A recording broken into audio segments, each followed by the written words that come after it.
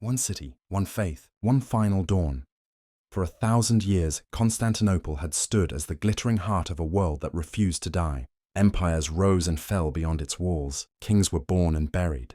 Yet the city remained, a living relic of Rome itself, crowned with domes of gold and guarded by walls that had outlasted centuries. It was the last breath of the old world, and it was running out of air. By the spring of 1453, the empire that called itself Roman existed in name only.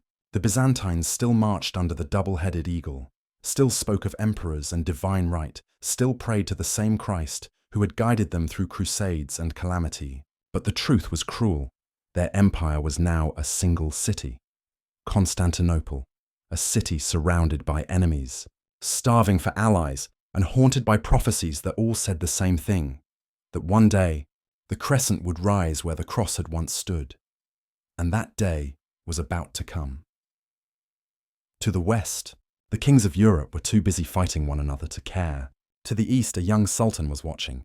Mehmed, only 21 years old, but already consumed by an ambition older than himself. He dreamed of conquering the unconquerable, of taking the city the world still called eternal. He was young, but his mind was old. He studied Alexander, Caesar, and his own prophet with the same cold devotion. To him, Constantinople wasn't just a fortress. It was destiny. The prophet Muhammad himself had once promised that the army which took the city would be blessed, and the young sultan intended to collect that blessing. The people inside the city called him the son of the devil. The men outside called him the conqueror. Both would be right, in their own way. Inside Constantinople, Emperor Constantine XI, Dragaces Palaiologos, ruled over a city that no longer ruled anything. Its population had dwindled to perhaps 50,000, barely enough to fill its churches, let alone man its walls. Its treasury was empty. Its allies had vanished. Yet still, the city stood, proud, tired, stubborn. Each morning, the bells of Hagia Sophia rang across the domes, echoing through empty markets and overgrown courtyards. Priests prayed louder, hoping their voices might drown out the sound of cannons being forged just across the Bosporus. The emperor prayed too, not for victory, but for time. Time for a fleet from Venice that would never come. Time for the West to remember that the East was still Christian. Time for the ancient walls to hold one more season. History is cruel in the way it lets people believe in hope right before it ends them. When Mehmed's army began to gather outside the city, it was like a dark tide rolling toward marble. 100,000 men, 10 times the city's defenders. Soldiers, engineers, slaves, and scholars, all bound by one man's dream. They built fortresses overnight, dug trenches like veins around the city, and positioned cannons the size of small houses. The Byzantines watched from the walls as the horizon darkened. They had seen sieges before, but never like this. They called Constantinople the Queen of Cities, and now the Queen was surrounded. Still, the emperor refused to flee. He had been offered ships, money, even safety. But Constantine V was not a man who ran. He had one crown, one city, and one duty: to die with both intact. God forbid, he said, that I live as an emperor without an empire. So he stayed, and as night fell on that ancient city, torches burned across the Ottoman lines like 1,000 watchful eyes. In the distance, the great cannon, known as Basilica, was being assembled. A monstrous barrel of bronze, built by a Hungarian engineer and paid for by gold that had once belonged to Christians. It could hurl a stone the size of an ox over a mile, and it would soon make the Theodosian walls tremble for the first time in 1,000 years. Within the city, monks carried relics through the streets, holding up splinters of the true cross and icons blackened by centuries of prayer. Mothers whispered old prophecies to their children, that an angel would appear above the city when the end came, that the sea would rise, that the walls themselves would awaken. Faith, fear, and prophecy became the same thing. And in the quiet before the siege began, Constantinople still looked beautiful. The moonlight touched its domes, its towers, its marble colonnades. From the Golden Horn to the Sea of Marmara, it shimmered like a memory that didn't know it was about to end. Outside, Mehmed stood before his generals. He spoke of destiny, of prophecy, of empire. He told them they would take the city or die in its shadow. He promised gold, glory, and paradise, and they believed him. On both sides, they believed God was with them, and perhaps, in some terrible way, both were right. The siege of Constantinople was not a battle between nations. It was the death of one world and the birth of another. The last page of the Middle Ages, written in fire. And as the first cannon roared across the plain, the old empire that had called itself Rome for 1,000 years finally began to crumble. The stones that fell from those walls would build a new world. One ruled not from Constantinople, but from Istanbul, and as dawn broke over the Bosporus, the city that had outlived emperors and crusaders faced its last morning. The last empire was dying, but in its death, it would make history immortal. They said Constantinople was not built by men, but by angels, that its walls were shaped by the hands of God, and that no mortal army could ever bring them down. Every brick was a prayer, every dome a hymn. It was not just a city, it was heaven-wearing stone. For centuries, this faith had been the city's armor. When plague came, they prayed. When crusaders came, they prayed. When empires rose and fell beyond their walls, they prayed still. And somehow the city always survived. But in the spring of 1453, the prayers began to sound more like bargaining than belief. The people of Constantinople still called themselves Romans, though their Rome was long gone. The Latin West had broken faith with them centuries earlier. The schism had split Christendom in two, and neither side had forgotten. To the Byzantines, Rome had betrayed them. To Rome, Byzantium had become arrogant, heretical, and proud. And so, when their final hour came, the city turned its eyes westward and found indifference staring back. The Pope sent letters, not legions. The kings of Europe offered sympathy, not ships. The Italians offered gold, for trade, not for salvation. Faith was their weapon now, but faith without armies was a candle in a storm.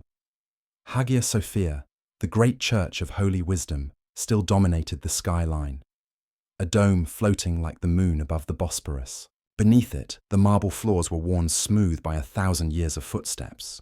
The faithful still came, lighting candles beneath mosaics that shimmered in half-light. Saints with tired eyes stared down from gold backgrounds, their faces fading but familiar.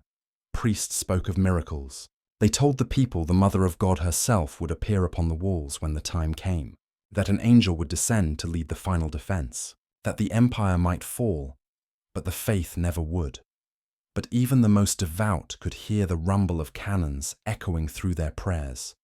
Every night, the sound rolled across the water, deep, distant, and relentless. It was not just iron striking stone. It was a reminder that faith had met its first enemy it could not charm, gunpowder. The city's scholars debated what it meant. Some said the end of days was coming, that the Antichrist walked in the east. Others said God was testing their endurance, as he had tested Job, but most simply hoped that tomorrow would still come. The emperor himself was torn between faith and survival. Constantine XI had agreed reluctantly to reunite the Eastern Church with Rome, hoping to secure aid from the West. In Hagia Sophia, he attended a joint service, Greek priests standing beside Latin friars, chanting in uneasy harmony. To the faithful, it felt like betrayal. To the emperor, it was desperation. When the service ended, the people filed out in silence. Outside, the sky was dark with the smoke of Ottoman forges. Beyond the walls, Mehmed's camp stretched across the plains like a second city, one made of tents, torches, and purpose. Inside, the Sultan's clerics read verses from the Quran, promising paradise to those who would fall in battle. The call to prayer rose over the fields, answered by cannon fire. Two faiths, two prayers, and one city caught between them. Constantinople had always believed itself chosen, the last sanctuary of the true faith, the spiritual fortress of Christendom. But now, for the first time, that faith began to tremble. The city's people clung to rituals as if they were lifeboats. Each night, processions wound through the streets. Monks carried icons, children held candles, and choirs sang hymns older than the walls themselves. The streets glowed with a soft, flickering light, fragile, human, and defiant. Sometimes the emperor himself joined the march, walking barefoot among his people. The last emperor of Rome, without crown or scepter, just another man pleading for a miracle. In the taverns, men whispered that miracles were not enough. They spoke of ancient prophecies, of emperors who would rise from marble tombs, of angels forged in iron. Hope and myth became the same thing, and still, the city waited. Across the water, Mehmed was waiting too. His faith was just as fierce, but his prayers were sharper. He believed he was chosen by God to complete what centuries of conquerors had failed to do. He called Constantinople the Red Apple, the prize promised to Islam. His soldiers believed it. His cannons would make it so. In both camps, they prayed to the same God by different names, and he, as always, stayed silent. At night, when the winds shifted, the sounds of both cities, the besieged and the besieging, merged across the water. Bells from Hagia Sophia mingled with the call to prayer from Ottoman minarets. The air itself seemed to waver between two worlds. Faith had become the empire's last wall, and like every wall, it could only hold so long. As dawn approached, the people of Constantinople lit their last candles and looked east. They did not yet know that their prayers would soon echo inside mosques, that the church they called eternal would soon kneel beneath the crescent, that Hagia Sophia's bells would fall silent for 500 years. They only knew one thing. The city of God was surrounded, and somewhere beyond the hills, a young sultan was waiting for the sun. He was 21 and already older than the city he wanted to take. Not in years, but in certainty. He had been raised on stories that were heavier than steel, that there was a city promised to the faithful, that it would fall to a commander worth remembering. He listened, he studied, and then he decided the stories were instructions. They called him Mehmed, son of Murad, prince who became sultan twice because the first crown was too early for the courtiers and not too early for his hunger. He learned quickly that thrones were chairs with knives hidden in the cushions. He watched old men measure him with the kind of politeness that plans your failure. He smiled and kept reading. He read everything.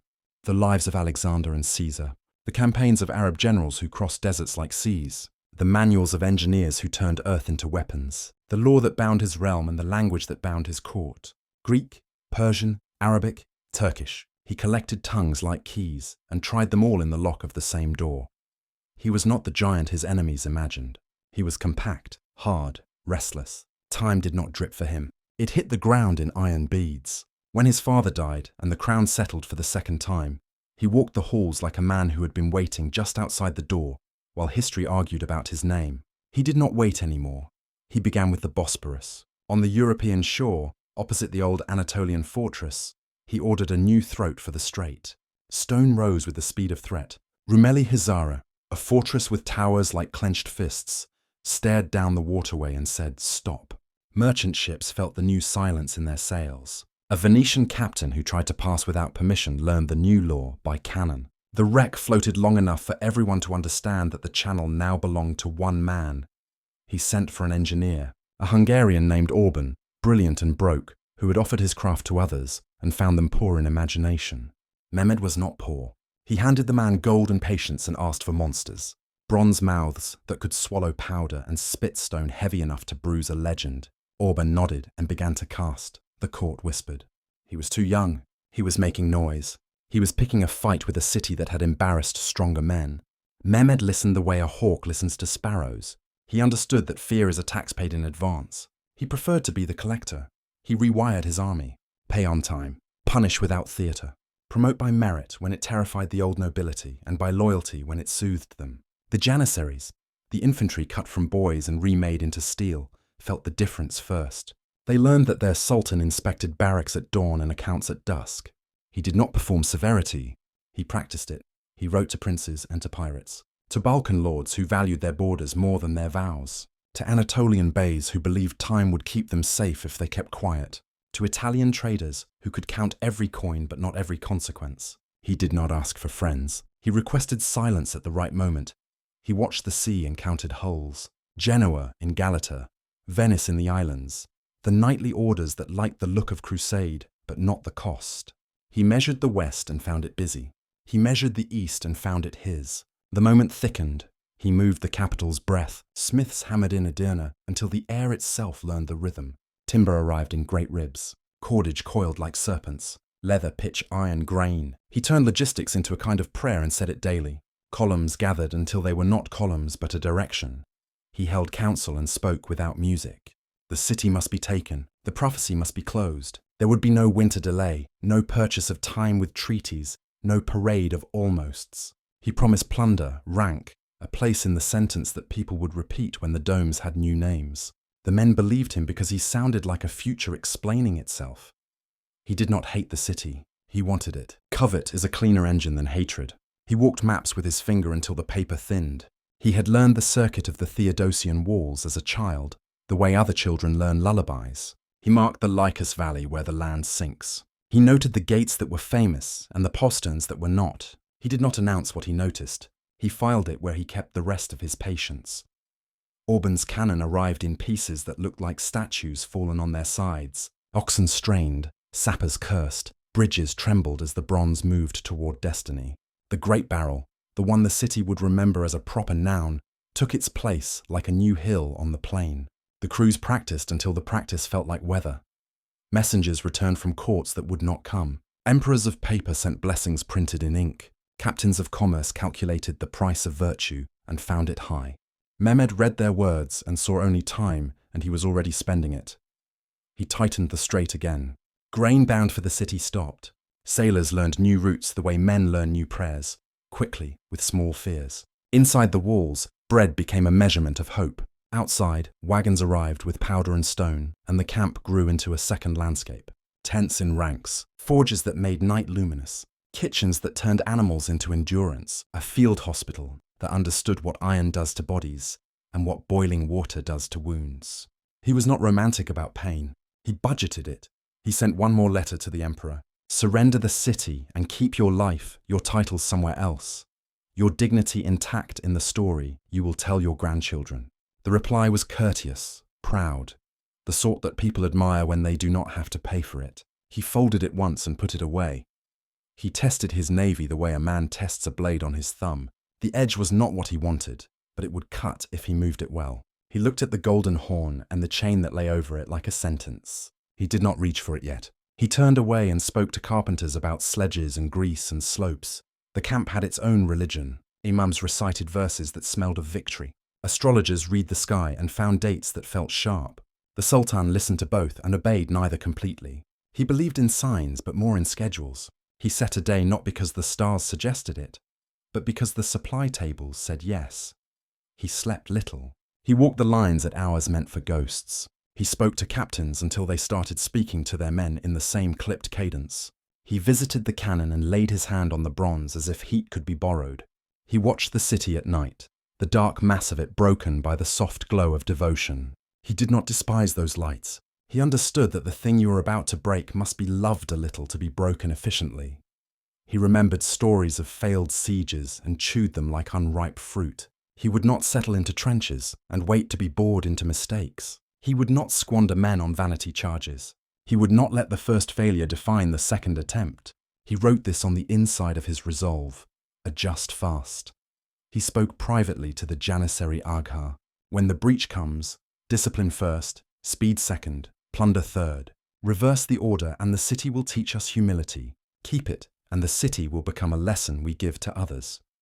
He arranged for drums that roll like weather over fields, for flags to stand high enough to be seen by men who are losing their nerve, for signals that are unambiguous when smoke confuses breath, for reserves placed where they can be thrown like a second thought that changes the conversation. He thought about what comes after, how to keep a prize without breaking it to shards in the taking, how to name without erasing more than is useful to erase, how to turn a great church into a first mosque without teaching resentment to grow like ivy in the cracks. He allowed himself these thoughts because they kept his ambition from shrinking to the size of a single day. He fasted before he feasted.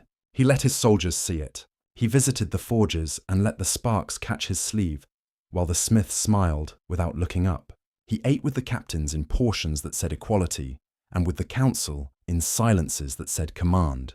He owned the hours.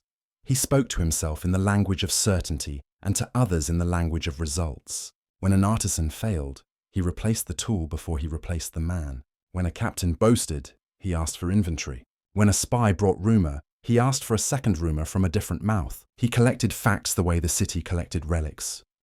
He understood that fear guards cities as well as walls do.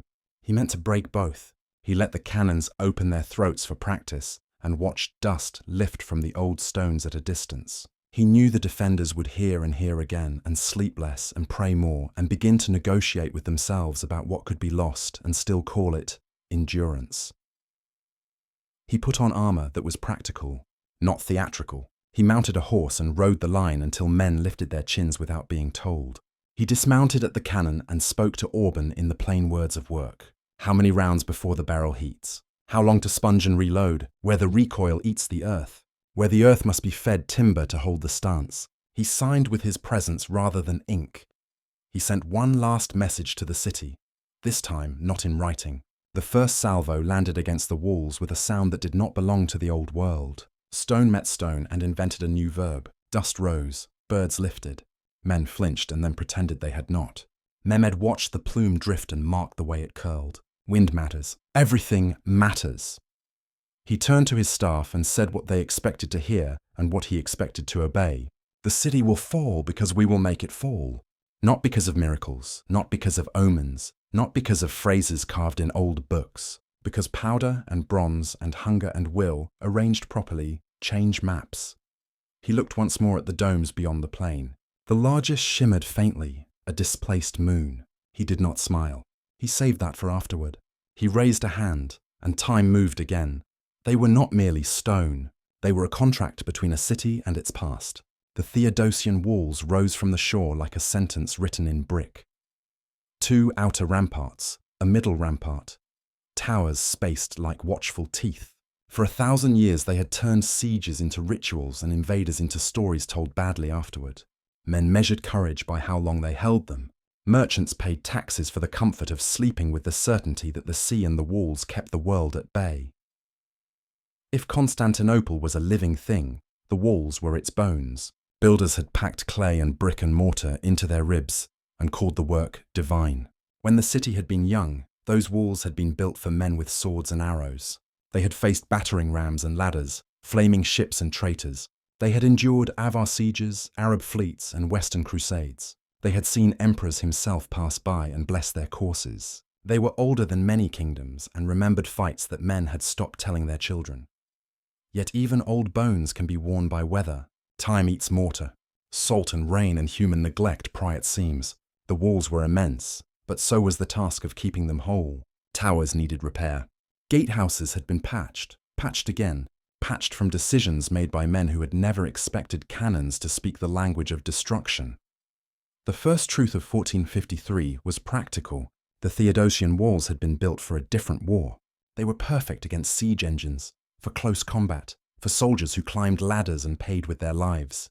They were less perfect against the new verb that had entered European arsenals. The cannon. Gunpowder was a noise that rearranged maps. When bronze mouths learned how to throw stones larger than man, the old math of defense no longer fit.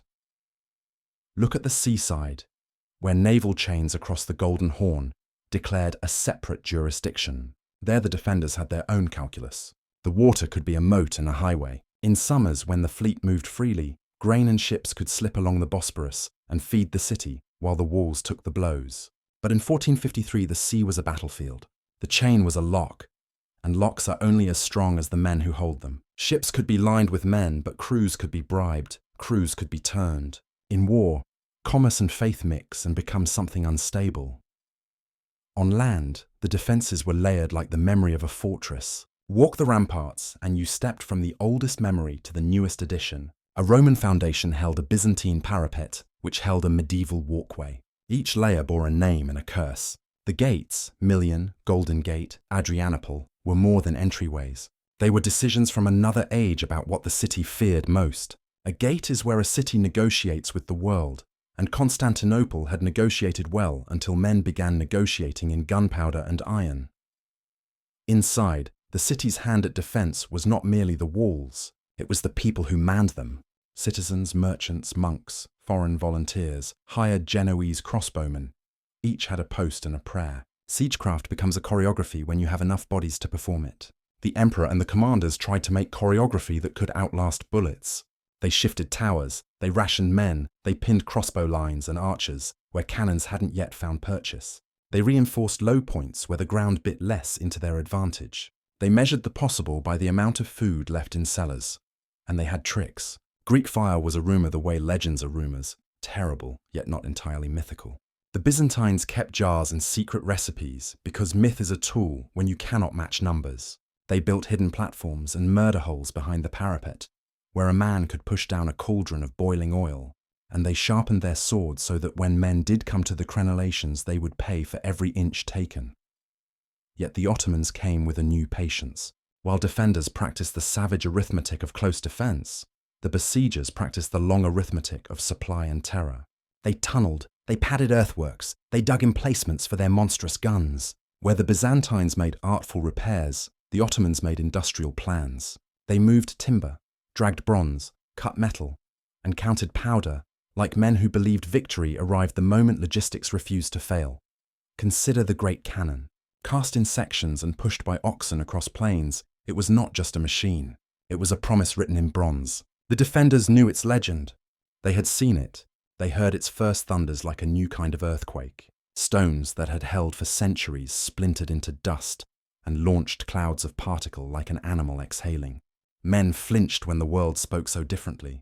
The nature of the attack also changed the meaning of the walls. Where once a breach would invite a charge and a desperate hand-to-hand defense, a breach by cannon allowed a different torment.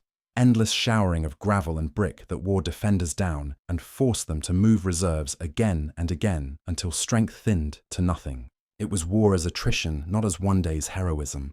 The defenders had time to prepare, but they had no infinite time. A city's endurance is not measured by morale alone, but by granaries and patience and the ability to bear incremental loss. The Genoese were a key note in the defense. Their ships and sailors a foreign chord in the city's orchestra. Venetians and Pisans were supposed to help, but help is always the currency of self-interest. The Genoese, anchored in Galata, held a grudging alliance with Byzantium through trade and mistrust. Their crossbowmen manned towers and their galleys brought what grain they could. Men from the west came not as knights on white horses, but as tradesmen and paid volunteers, each with his own ledger, and yet even alliances have their limits. The merchant class does not sacrifice like peasants. The papacy sent envoys and praisers, but no fleet strong enough to break the siege. Some leaders in the West feared the Ottomans and intended to act, but politics is a slow animal with a short temper for expense. The city's pleadings were received in courts that answered in letters and papal bulls, not in triremes. Walls demand something else too: clarity of command. Constantinople's leadership was divided in ways that the walls could not hold. Commanders argued over where to fix a breach, whether to sally forth and harry engineers, or to conserve strength in the hope of relief. Debate is honest, heroic even. But in siege, the right answer is often the fastest one. Indecision moves like a leak in a ship. It is small until it is sudden.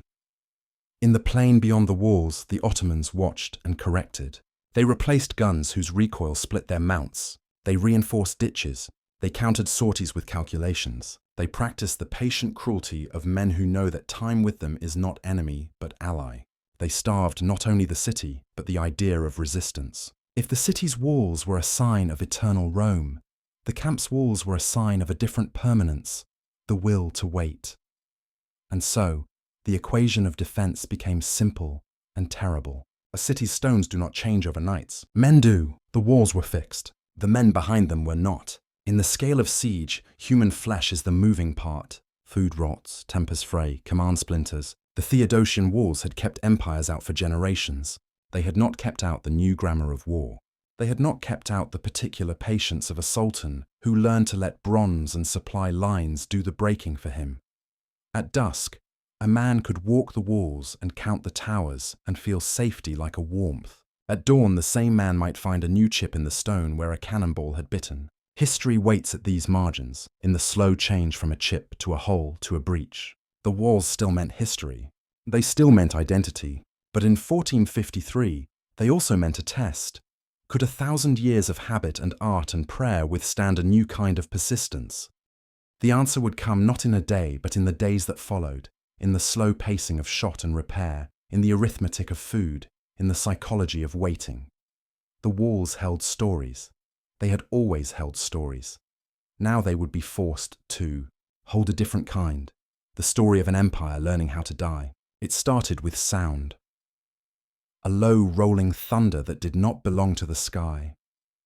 It came from the plain beyond the Lycus Valley, where Mehmed's cannons had been set in their beds of timber and earth. Men covered their ears, priests crossed themselves, and the air itself seemed to flinch. The first shot cracked through 1,000 years of confidence. The stones that had outlasted emperors shuddered. Dust rose like smoke from the old world's lungs. The siege of Constantinople had begun. At first, the people tried to believe it was just another siege. The city had been attacked before. It had been encircled, starved, betrayed, burned, and rebuilt. The Byzantines were veterans of survival. They had rituals for it, prayers, songs, even humor. Some joked that if you stayed inside the walls long enough, your grandchildren would see the enemy die of boredom. But this time, the ground spoke differently. The great cannon, basilica, roared again. Each shot tore new holes in history. Stones that had been touched by emperors and saints split into dust. The city's defenders patched the damage as best they could. They used barrels, timber, sandbags, whatever they could drag to the breach. Children carried baskets of earth. Monks worked beside soldiers. It was not an army anymore. It was a desperate congregation. At the walls, Constantine XI moved among, his men speaking softly, touching shoulders, reminding them that the city was more than marble. It was faith in stone. The men answered with nods, with silent crosses drawn on their chests.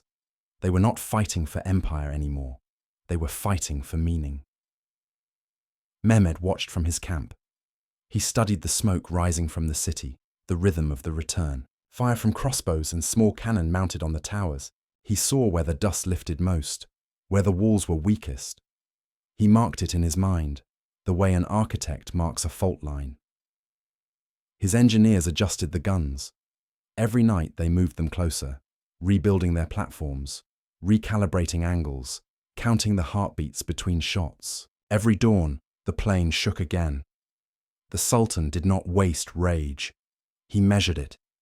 And inside the city, the rhythm of life changed. Bells no longer called people to prayer. They called them to repair. The markets were half empty, the harbours quiet, the air thick with mortar dust and incense. Each morning, the defenders climbed to the walls knowing that by nightfall, some part of it would no longer exist. Ships patrolled the Golden Horn, the Venetian and Genoese crews moving in careful choreography. They were the city's lifeline, the only route still open for supplies or news. But the Ottoman fleet was growing, rafts, galleys, transports, hundreds of hulls gathering like storm clouds along the coast. The defenders joked that the sea was shrinking. The jokes never lasted long. Somewhere in the heart of the city, in the quiet between cannon blasts, a monk wrote in his diary, "The walls tremble, but the people do not." It was almost true. Every empire dies twice, once in reality, once in memory. Constantinople had not yet begun the second death. The first assaults came at night, swarms of men advancing with scaling ladders and shields, torches flickering against the darkness. The defenders met them with arrows, stones, boiling oil, and silence. They fought like men who knew every inch of the wall by heart. The attackers fought like men who wanted to write a new one. The Ottomans came in waves, young soldiers sent forward, to test the defences, to fill ditches with their bodies so others could climb over them. They called it martyrdom. The Byzantines called it madness. In the morning, the fields were littered with corpses that the Sultan's men buried quickly before the stench could challenge morale. The cannons returned to their work. The city answered with prayer. At night, you could hear both. The roar of bronze and the murmur of faith. The two sounds did not cancel each other. They braided together. Constantine XI still held the heart of his people. He rode along the walls, his armour dented, his face grey from sleeplessness. He was not a great general. He was something rarer, a man who understood the dignity of endurance. In the Ottoman camp, Mehmed's confidence was absolute but not careless. He rotated troops, rationed powder, and personally inspected trenches. He had ordered siege towers constructed, mobile fortresses that would roll toward the walls. The defenders saw them rising, black shapes against the dawn. They began calling them iron houses. The first tower burned. Greek fire and courage did that. The second reached the walls before collapsing under its own weight. The third was dismantled before it was finished. Mehmed learned, adjusted, and replaced wood with leather and wet hides. The engineers cursed, rebuilt, and continued. Days turned into weeks. The city began to thin. Bread was rationed, horses slaughtered, the once glorious palaces now storehouses for flour.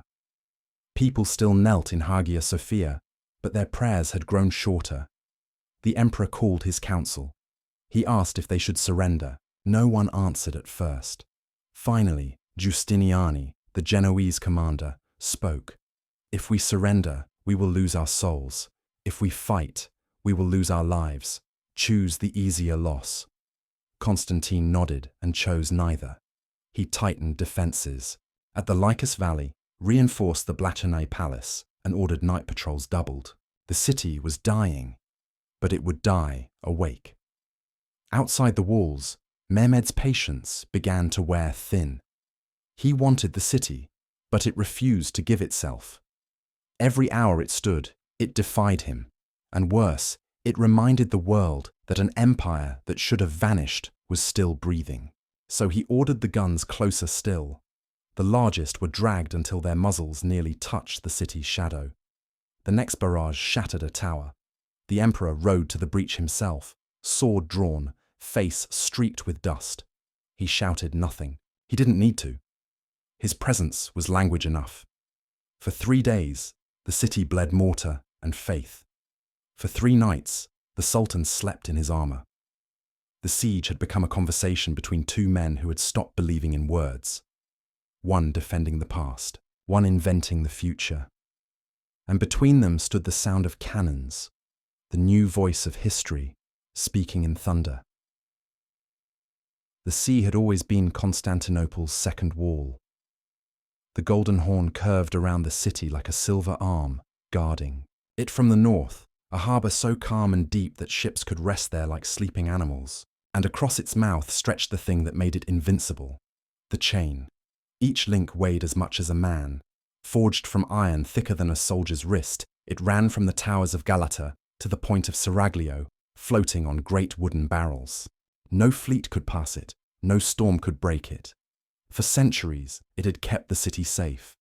It had turned navies into spectators. But in 1453, the chain became a question. Mehmed looked at it from his camp and saw not a barrier, but a puzzle. He asked his admiral if ships could pass. The admiral said no. He asked his engineers if the chain could be cut. They said no. He asked his carpenters if the ships could fly. They hesitated, and that was enough. He ordered them to make it happen. At first, the defenders laughed. The idea was absurd. To drag ships over land? To make a navy climb a hill? Madness. But in war, madness is often just innovation misunderstood. Mehmed's men began cutting timber in the hills behind Galata. Hundreds of logs were stripped and greased with animal fat. Oxen were harnessed, ropes coiled, pulleys set. At night, Constantinople's lookouts saw torches moving in strange lines across the darkness. They thought it was a ruse. By morning, it was revelation. The Ottomans were hauling their ships over the hill, from the Bosporus, up through Galata, and down into the Golden Horn. The vessels slid like ghosts on a river of wood and grease. The sound of creaking hulls echoed across the water, the noise of the impossible becoming real. By dawn, more than 70 ships floated inside the Horn, behind the chain that was supposed to protect the city. The defenders stood on the walls in silence. For the first time, they understood that their enemy was not only powerful, he was clever.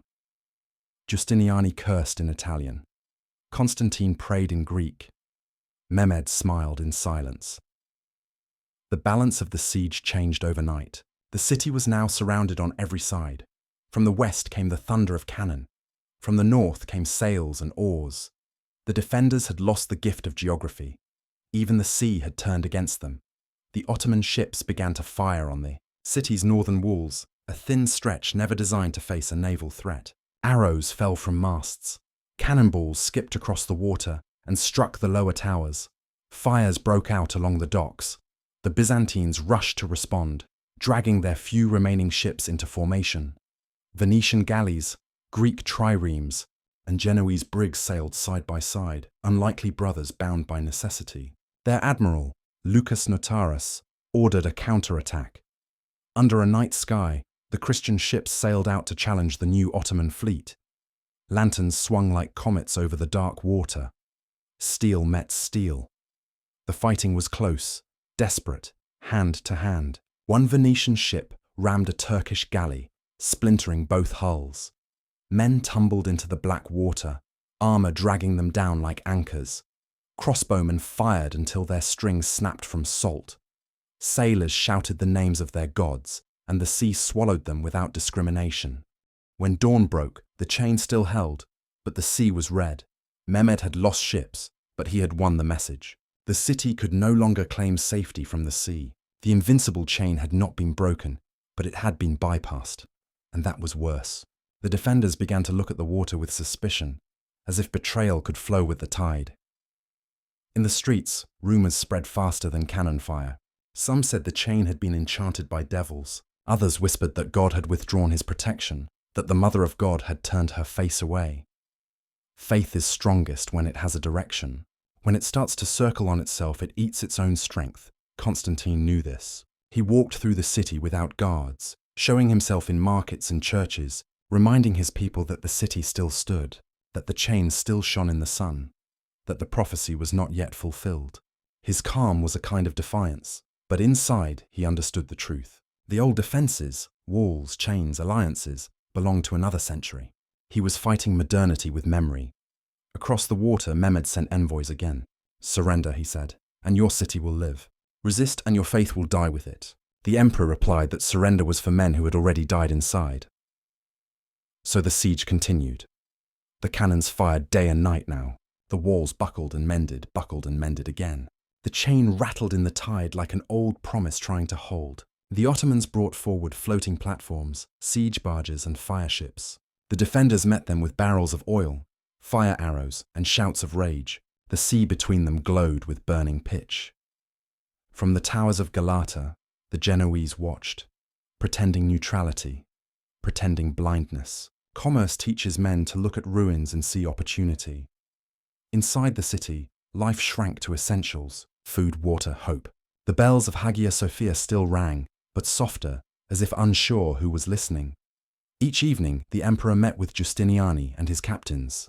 They plotted repairs, shifts, prayers. Every plan felt smaller than the last. The walls were breaking faster than they could heal. The men were breaking too, quietly, under the weight of exhaustion. And yet, every morning, they climbed back to the ramparts. They patched, they prayed, they fought. History often remembers victory as genius and defeat as inevitability. But what happened in Constantinople was something rarer, a people refusing to surrender to mathematics.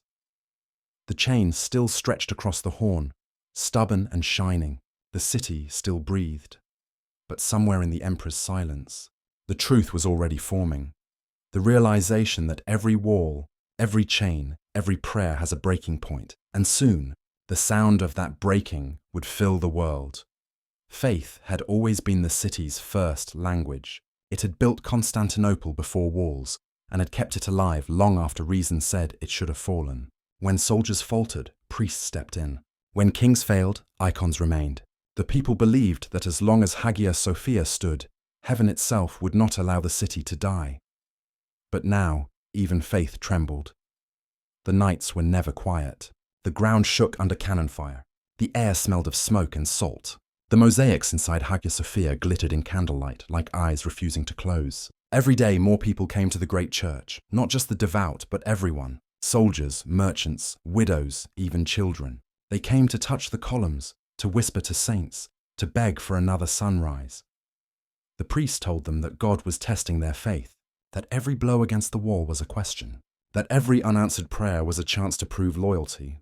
Some believed, others just wanted silence, the kind they had not known in weeks. Prophecies multiplied like flies. One said that when the crescent rose over Hagia Sophia, an angel would descend from heaven, turn the invaders to stone, and lead the faithful to victory. Another said the last emperor would become marble at the city's fall, to rise again when Byzantium was reborn. A third whispered that the Virgin herself would walk the battlements before the end. It was hard to say which was more dangerous, losing hope or inventing new reasons to keep it. The emperor listened to these prophecies with the weariness of a man who had outlived too many promises. He respected the priests, but he knew prayers could not hold walls. Still, he allowed the processions to continue, the hymns to rise through the streets, the candles to burn through the night. Sometimes hope is not truth, it is fuel. Justiniani was less patient. The Genoese commander had little interest in saints or symbols. He wanted gunpowder, ships, and reinforcements. Faith was not a strategy. But even he bowed his head in the church when the emperor knelt. In a dying city, even cynics prayed. Outside the walls, Mehmed's camp sang a different prayer. At dawn, the muezzins called the soldiers to worship, their voices echoing over the valley. The Ottomans prayed facing the same sun that shone on Hagia Sophia's dome, asking the same God for victory by different names. To Mehmed, there was no contradiction. Faith and conquest were the same sentence, written in different alphabets. He believed in prophecy too, just not theirs. The prophet had said that Constantinople would fall to the Blessed Army, led by the best commander. Mehmed had built his life around that line. He saw it as a contract between himself and eternity. Every cannon blast was a punctuation mark. Every fallen stone was confirmation. And so, both sides prayed for the same thing, to be chosen. Inside the city, the clergy carried relics through the streets. Bones of saints, splinters of the true cross, vials of oil that had blessed emperors centuries ago. The processions moved like slow rivers of light, torches flickering against cracked marble. People reached out to touch them, as if contact might make the relics remember them later, in heaven. But the relics were tired too. Their power was borrowed from belief, and belief was thinning. Each new bombardment shook more than walls. It shook certainty. The people began to ask questions they had never dared before. If the city was truly protected, why did the walls crack? Why did God remain silent? Why did every miracle arrive a day too late? The priests answered that suffering was proof of faith, not its failure. The emperor answered by standing on the walls himself, showing that heaven still had witnesses. But behind every speech, every hymn, every gesture, the truth was creeping closer. The truth that divine favor might not be measured by survival. Even the weather seemed to take sides. One night, lightning struck the dome of Hagia Sophia.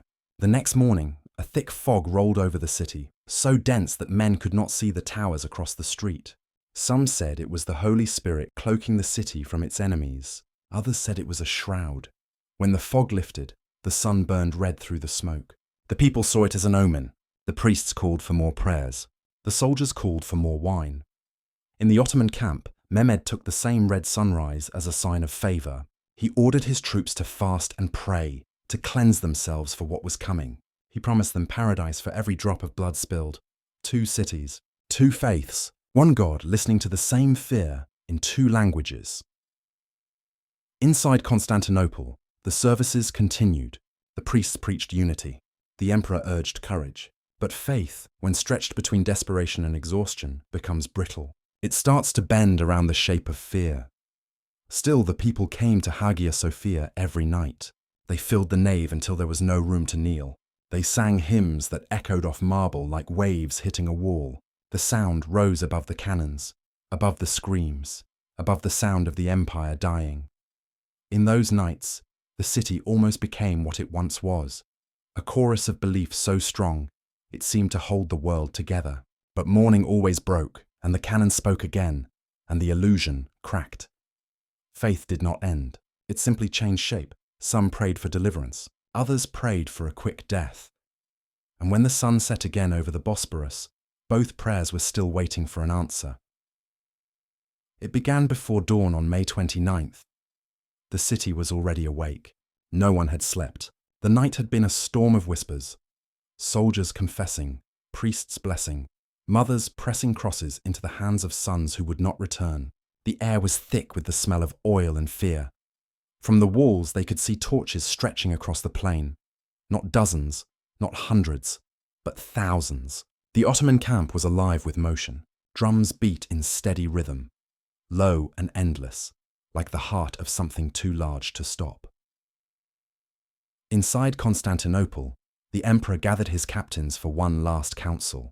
They met in a half-ruined palace, the walls cracked, the candles few. Constantine XI looked at each of them, Greeks, Italians, monks, merchants, soldiers, men who spoke different tongues but now shared the same sentence. He told them there would be no surrender, no escape, no second dawn. "Let us die," he said, "without shame in this city which God entrusted to us." They knelt and kissed his hand. Not as subjects, but as brothers. When they left the hall, the emperor dressed himself in his finest armor, gold and crimson, the colors of an empire that still existed in memory. On his breastplate, the double-headed eagle shone faintly in the candlelight. He did not wear a crown. He said there was no need for one where he was going. Outside, the cannons were already in place. Mehmed had prepared all night. He had divided his army into 3 waves. The first to tire the defenders, the second to break them, the third to end them. He had promised his men the city, its gold, its women, its future. To his janissaries he promised immortality. Before sunrise, he knelt on his prayer rug and asked for victory. Behind him, 100,000 men whispered the same word. When he rose, the signal was given. The sky split open with the sound of drums and horns. The first wave surged forward. Irregular troops, zealots, and volunteers. They carried ladders, ropes, torches. They came screaming, chanting verses and war cries, colliding against the walls like a tide of iron and flesh. The Byzantines met them with arrows, stones, boiling oil, fire. The night turned into a storm of light. Ladders fell, men burned. Bodies piled in the ditches below the walls until they became bridges. When the first wave broke, Mehmed sent the second. The Anatolian regiments, disciplined and armoured. They moved in silence, step by step, shields raised, drums keeping time. The cannons roared behind them, smashing gaps into the ancient masonry. Dust and smoke swallowed the towers. The defenders ran from breach to breach, dragging what few reinforcements they had left. The emperor himself was everywhere, on the walls, in the gates, in the chaos. His sword was red, his face grey, his voice hoarse from shouting prayers. For 3 hours, the battle hung like a coin in the air. Then the third wave moved. The janissaries advanced, the sultan's elite, his chosen. They carried long spears and curved blades, their ranks as perfect as a blade's edge. Mehmed rode behind them, silent, watching. He knew this would be the moment the world turned. The great cannon fired again. A section of the wall collapsed near the gate of St. Romanus. The janissaries poured through the breach. Giustiniani, the Genoese captain, was struck by a shot of shrapnel and fell. His men carried him to the ships bleeding. The sight broke something in the defenders. When the rumour spread that the Western commander had abandoned the wall, morale cracked like plaster. Constantine rode to the gap. He shouted for the men to hold, to remember that they were still Romans. But numbers do not listen to courage. The janissaries climbed over the bodies of the fallen and kept coming. The emperor dismounted. He tore off the imperial insignia from his armour so that no one would know which corpse was his. "God," he said, "has given the city to the enemy." And then he charged. He was last seen fighting near the broken gate, surrounded by his guards, his blade rising and falling until the tide swallowed him. Some said he was cut down, some said he vanished, turned to marble, sleeping beneath the streets until the city is free again. No one saw his body. The Ottomans flooded in from every side. The bells of Hagia Sophia rang one last time before they were drowned by the noise of victory. Civilians fled into the church, clutching icons and children. The doors were barred. They believed angels would appear. None did. The janissaries broke through the doors and spilled into the nave. Candles fell. Smoke and gold dust filled the air. The great dome echoed not with hymns, but with screams. The Sultan entered the city hours later. His horse walked through blood that reached its fetlocks. At the gates of Hagia Sophia, Mehmed dismounted. He looked up at the dome that had haunted his dreams and whispered, There is no God but God. He ordered the church to be spared, converted, cleansed. He spread a prayer rug on the marble floor and knelt. Behind him, the muezzin climbed to the gallery and called the first adhan, the call to prayer that would never end. Outside, the city burned. Soldiers looted, fires spread, the air turned red with heat. The empire of 1,000 years died in a single morning. When the sun rose again over the Bosporus, it did not shine on Constantinople. It shone on Istanbul, and the world had changed forever. The emperor had always known the end would not come with ceremony. No trumpet, no proclamation, just the slow closing of a door that had stood open too long. When the final assault began, Constantine rode to every wall still standing. He greeted men by name, not as ruler but as brother. His armor was dented, his sword black with smoke. He told them the same words again and again, hold the line, and they tried. Because he asked it. The last emperor of Rome stood on a wall built by another empire's ghosts and watched a third one climb toward him. History, it seemed, was a ladder. When the great cannon struck near the gate of St. Romanus, the city groaned like an old creature in pain. Dust blotted out the sun. Arrows fell like rain. The Byzantines answered with fire, but their arrows were fewer now, their oil gone. The smell of iron and blood and salt filled every breath.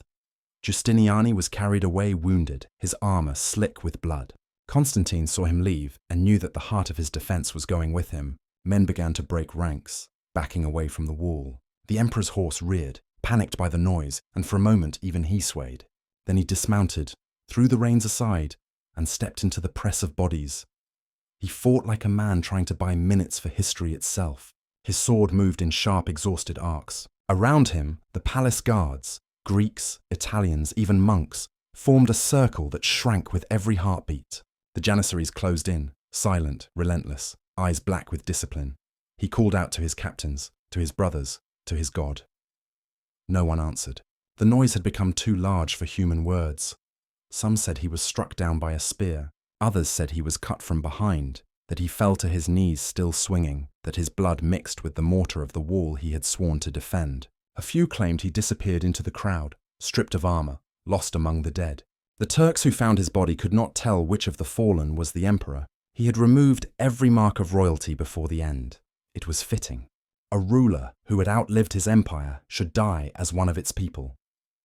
In the Ottoman camp, Mehmed waited for confirmation. When word came that the city was his, he said nothing. He mounted his horse and rode through the breach. His soldiers shouted, wept, prayed. He only stared ahead. Victory, when it finally arrives, rarely looks like the dream that summoned it. He rode past the corpses of Janissaries and Christians alike, past broken walls and burning homes. The smell of smoke and blood mixed into a single heavy air. Somewhere underfoot lay the emperor who had refused to flee. Mehmed ordered his body, when found, to be buried with honor. It was not mercy, it was respect. Inside Hagia Sophia, the noise of conquest had already filled the space once reserved for heaven. The golden mosaics caught the firelight and threw it back as if unwilling to fade quietly. Candles floated in pools of wax like stars sinking into black water. Outside, the drums slowed. The guns fell silent. The streets filled with a different sound now. The sound of weeping, of horses, of chains. The city that had once ruled half the world was now a shadow cast across a different one. For the Ottomans, it was morning. For the Byzantines, it was twilight. By nightfall, Mehmed stood where emperors had been crowned for 1,000 years. He looked up at the dome of the great church and spoke softly to his vizier. "Now I have the world." The words were quiet, but the city heard them. Somewhere beneath that same dome, the people of Constantinople whispered their last prayers. In their minds, their emperor was not dead. He was only waiting, turned to marble, hidden beneath the city, ready to rise again when the world was made right. The legend began that same night. It was a comfort they could live on. History does not record the last words of Constantine XI. Perhaps he said none. Perhaps silence was all that was left to say. But if the soul of a city could speak, it might have said this, that 1,000 years of faith and empire ended not in betrayal, but in dignity. That one man stayed when every promise failed. That Rome, even in ruin, still kept its posture. When dawn came, the smoke cleared from the Bosporus. The sea reflected the new banners, green, white, gold. The cross had fallen, but the light on the water was the same. The sun did not care who ruled it. The emperor was gone. The city had changed its name. The world had turned its page, and history, as always, continued to write. The smoke did not clear quickly. It lingered for days, drifting low over streets where bodies and broken timbers shared the same silence. The siege was over, but the noise had not stopped. In the first hours, the city became an argument between triumph and despair. The victors shouted their prayers. The defeated whispered theirs. Between them lay the ruins of a world that no longer belonged to either. The Ottomans poured through the gates, their banners bright against the grey. For 3 days, Constantinople belonged to the soldiers, a brutal tradition of conquest as old as empire itself. Homes were ransacked, churches were stripped of golden icons, markets became slaughterhouses. The air was thick with the heat of fire and the smell of burning wood, wax and flesh. In Hagia Sophia, the faithful who had gathered for protection huddled beneath the great dome as the doors burst open. The Janissaries entered with torches and swords. The prayers of centuries turned to screams and then to silence. When Mehmed arrived, he ordered the killing to stop. The city, he said, was now his capital, not his trophy. But even emperors cannot unmake chaos once it has begun. He rode through the streets slowly, his horse stepping over rubble and corpses. The city that had haunted his imagination was unrecognizable. Smoke curling from its palaces, its mosaics blackened by fire. The Sultan dismounted at the steps of Hagia Sophia and looked up at the dome through the haze. It was still standing. So was he. He walked inside. The marble floor was slick, the gold tesserae of the mosaics still glittering in the firelight.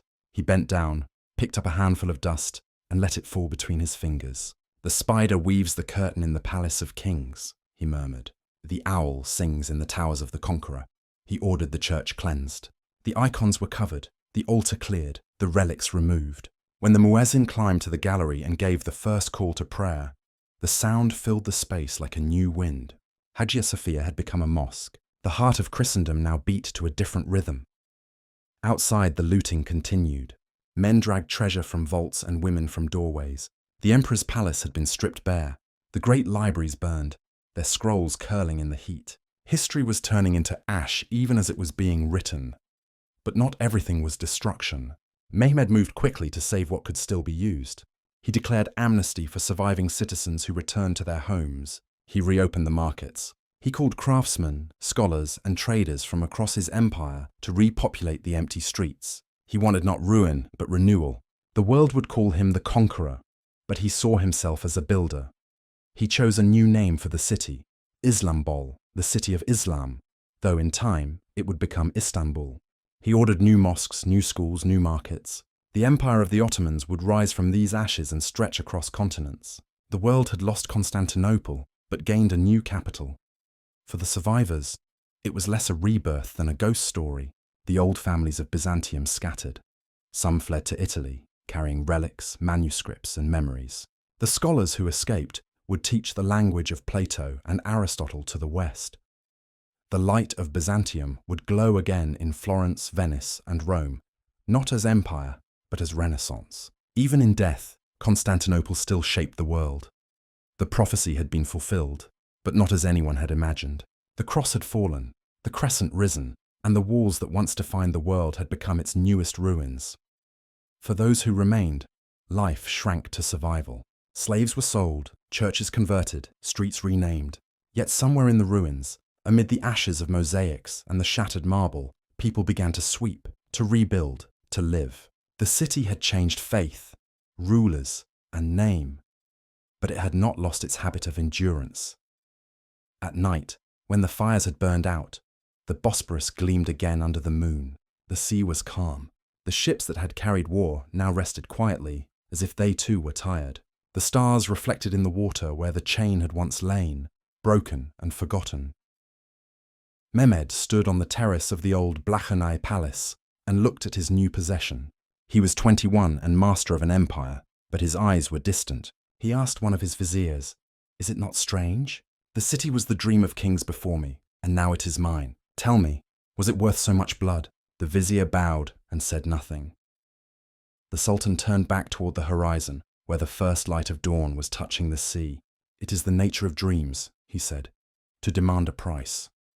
Below him, the call to prayer began again, echoing through streets that still smelled of smoke. 1,000 years of Christian empire had ended, and a new world was beginning. The rhythm of history had changed key. The city would never again be what it had been, but it would never die. Cities that hold too much history cannot die. They only change language.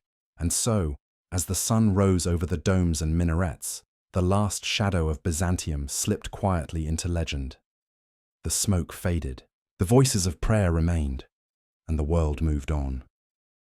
Centuries have passed, but the city still stands. The domes still catch the morning sun. The seagulls still circle above the Bosporus. The ships still come and go, their wakes tracing the same ancient water where the chain once lay.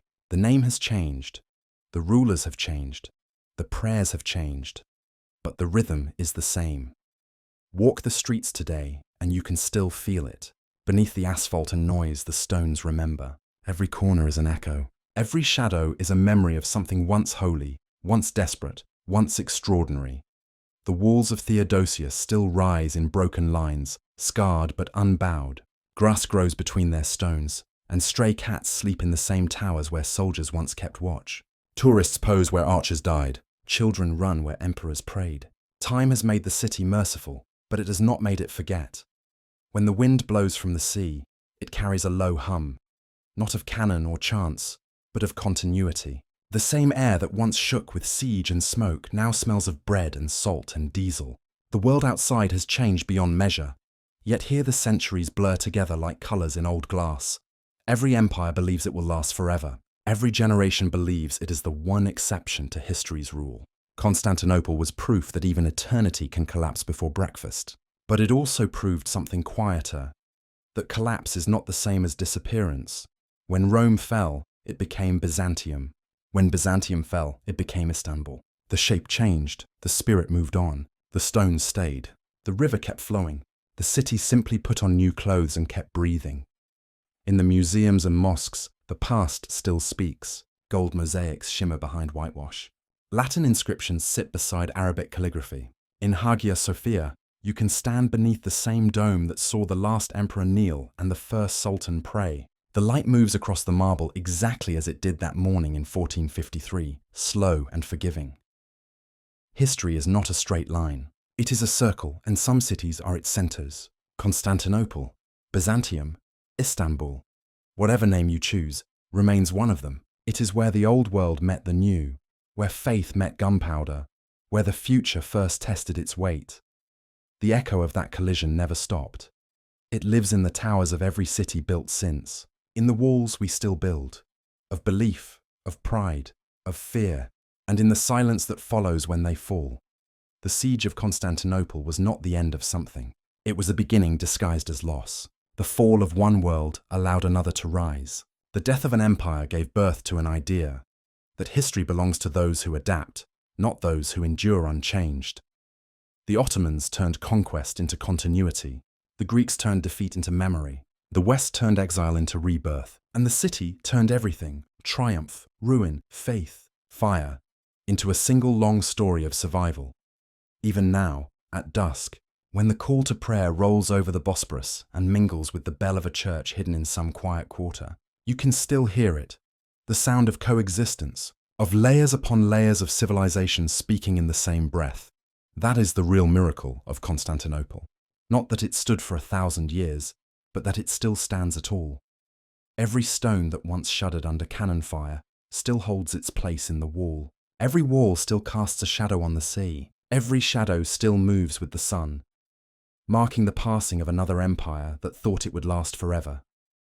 History repeats, but the city endures. The echo of its fall has become the heartbeat of its survival. And somewhere, beneath those stones, if you listen long enough, you can still hear it. The faint, steady pulse of the last empire, still beating after all these years. Good night.